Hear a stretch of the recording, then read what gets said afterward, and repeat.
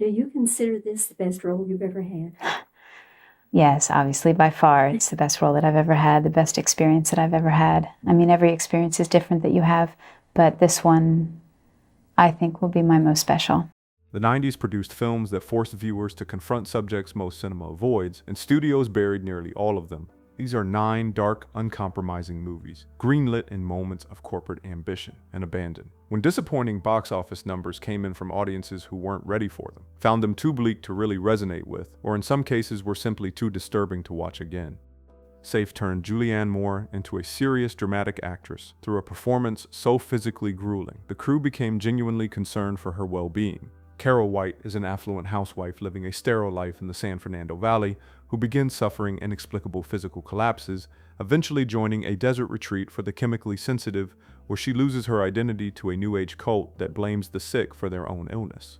Moore lost significant weight during production to look increasingly frail and hollowed out, maintaining a precise, whispered vocal performance that put immense strain on her throat as the character's voice literally begins to fail throughout the film. Director Todd Haynes struggled for years to raise the $1 million budget because financiers found the script too depressing and uncinematic, eventually hiring what he described as LA sexploitation crews, who usually filmed low-budget adult films for $850 a week. The clash between the high-concept art film and the grindhouse work ethic of the crew created high pressure on set, with cinematographer Mary Salberti pregnant during the arduous 20-hour days.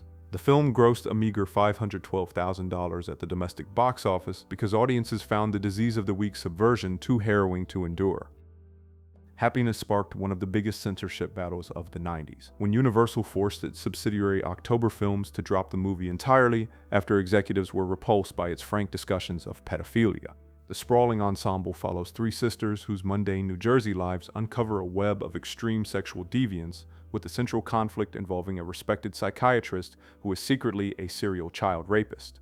Dylan Baker accepted the potentially career-ending role after every major star in Hollywood refused it, approaching the part with a chilling mundane normalcy that director Todd Solondz wanted to show how well the character blended into the suburbs. Baker spent the production in a state of psychological isolation, with the nature of the confession scene to his young son so disturbing that the set often fell into deathly silence after the camera stopped rolling. The studio's abandonment left the film orphaned just weeks before its release, forcing the producers to scramble and form Good Machine Releasing just to get it into theaters. Because it was released without major studio backing, the film was denied a traditional MPAA rating and received an unrated status that limited its advertising and theater count. Philip Seymour Hoffman took the role of Alan, a lonely, obscene phone caller, with Solondz noticing during his audition that Hoffman's hands were staggeringly clammy, and he possessed a unique ability to project physical misery. His ability to make audiences feel horrible empathy for such an objectively loathsome character was cited as the moment the industry realized he was one of the greatest actors of his generation. Leaving Las Vegas turned Nicolas Cage into an Oscar winner, while director Mike Figgis and Cage himself never saw a cent of their deferred salaries despite the film grossing $50 million worldwide on a $4 million budget. Ben Sanderson is a Hollywood screenwriter in the terminal stage of alcoholism who drives to Las Vegas with the explicit intent of drinking himself to death, forming a tragic pact with sex worker Sarah, who won't ask him to stop drinking. Cage traveled to Dublin for a 2-week binge where he video recorded himself in various stages of intoxication to study his own slurring and motor skills, hiring a self-professed alcoholic as a drinking coach to provide poetic insights he later improvised into the script. Figgis revealed that Cage filmed the iconic casino breakdown scene while completely off his face on Sambuca, insisting on being genuinely drunk to capture a real blackout on camera in what he called nouveau shamanism. The financier Lumiere Pictures used Hollywood accounting loopholes to claim the massive box office returns were swallowed by distribution fees, stiffing both the director and star on their $100,000 payments each. Before leaving Las Vegas, Elizabeth Shue was stuck playing the wholesome girl next door in movies like The Karate Kid and Adventures in Babysitting. So, to shatter that typecast, she spent the first day of shooting with director Mike Figgis acting as her therapist while she stayed in character as a sex worker and visited actual prostitutes on the Las Vegas Strip to study their work. Despite the darkness of the role, Shue later said the film left her with genuine satisfaction because she finally got to explore deep emotions her previous wholesome roles never allowed. I was emotionally drained, which was kind of a given because of the work that we were doing.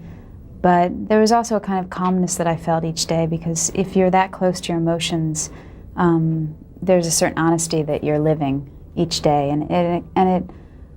I kind of I kind of miss that everyday feeling of being that heavy and close to your emotions, and I miss the film for that reason.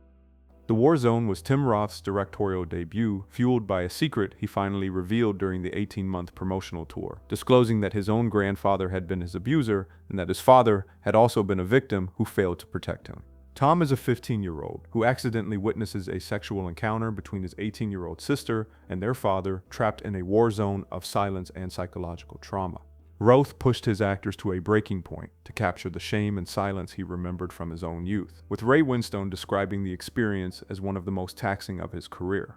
Winstone took a massive career gamble playing one of the most loathed characters in British cinematic history, warned by agents that the role could permanently alienate his fan base after several high-profile British actors turned it down out of fear of public blacklisting. During screenings at festivals, Winstone reportedly felt the coldness of the industry elite who were disturbed by the mundane realism of his performance. The film earned only $254,441 in its entire U.S. theatrical run, playing in just 12 cinemas at its peak despite rave critical reviews and a successful Sundance premiere. While the production budget was relatively low, it was never recouped through theatrical sales, though the film eventually found its audience through home video and educational screenings for abuse survivor groups. The Last Seduction robbed Linda Fiorentino of an Oscar win based on a rigid technicality that had nothing to do with her performance as one of cinema's greatest femme fatales. Bridget Gregory is a cold-blooded telemarketing manager who steals $700,000 from her husband and disappears to a small town where she manipulates a local loser for sport and protection, weaving a complex web of insurance fraud and murder for hire. Fiorentino won Best Actress from the New York Film Critics Circle and the London Film Critics Circle, making her the frontrunner for the Oscar, but the Academy disqualified her because the film had premiered on HBO 3 months before its theatrical release. The studio ITC Entertainment had so little faith in the film's artistic value, they sold the TV rights before trying for a theatrical run, and when it became a massive hit in the UK, October Films picked it up, but the TV first rule was final. Fiorentino and director John Dahl sued the Academy to overturn the disqualification and lost, with critics including Roger Ebert outraged that the 1995 Best Actress category was exceptionally weak, and Fiorentino was being punished for a studio's marketing error. Fiorentino was openly hostile toward any attempts by the studio to soften her character's edges or add a redemption arc, insisting that Bridget Gregory remain a pure sociopath who felt no guilt. This combative stance earned her a reputation for being difficult to work with, a label that executives used to sideline her career in the late 90s.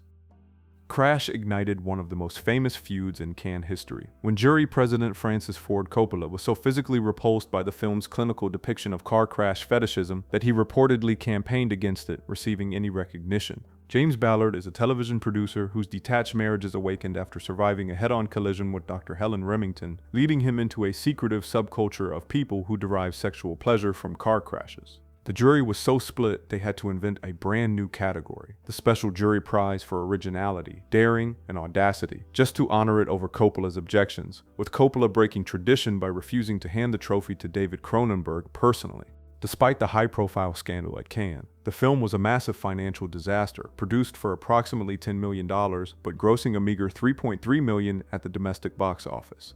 Cronenberg publicly blamed distributor Fine Line Features for what he perceived as intentional sabotage, alleging that executives were so uncomfortable with the NC-17 level content, they refused to give it a proper marketing push.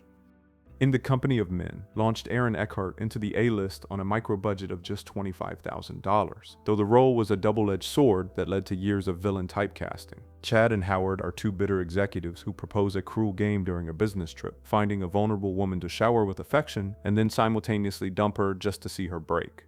First-time director Neil LaBute scraped together the budget from personal savings and small investments, with the production so impoverished they couldn't afford traditional permits and filmed in borrowed office buildings during off hours. Eckhart's performance was so terrifyingly convincing that when the film premiered at the 1997 Sundance Film Festival, he was immediately approached by agents, though for years people genuinely believed he was as cruel as his character. The film's subject matter was so toxic it almost never saw a theatrical release, with most major players including Harvey Weinstein at Miramax refusing to touch it out of fear of a massive PR backlash. Several executives told LaBute the movie made them sick to their stomachs, and it was only when Sony Pictures Classics saw a business opportunity in that visceral revulsion that the film found a home. The film eventually grossed $2.8 million, over 110 times its original budget, making it one of the most profitable independent films in history, while turning LaBute into a marked man who was hounded by critics, accusing him of being a misogynist himself. Fight Club became one of the most famous marketing disasters in Hollywood history when Fox executives led by Rupert Murdoch absolutely loathed the film, with Murdoch describing it as unwatchable. An insomniac office worker meets Tyler Durden, a charismatic soap salesman who believes self-improvement is masturbation, and together they establish an underground society where men fight each other to feel alive before it evolves into a national terrorist organization.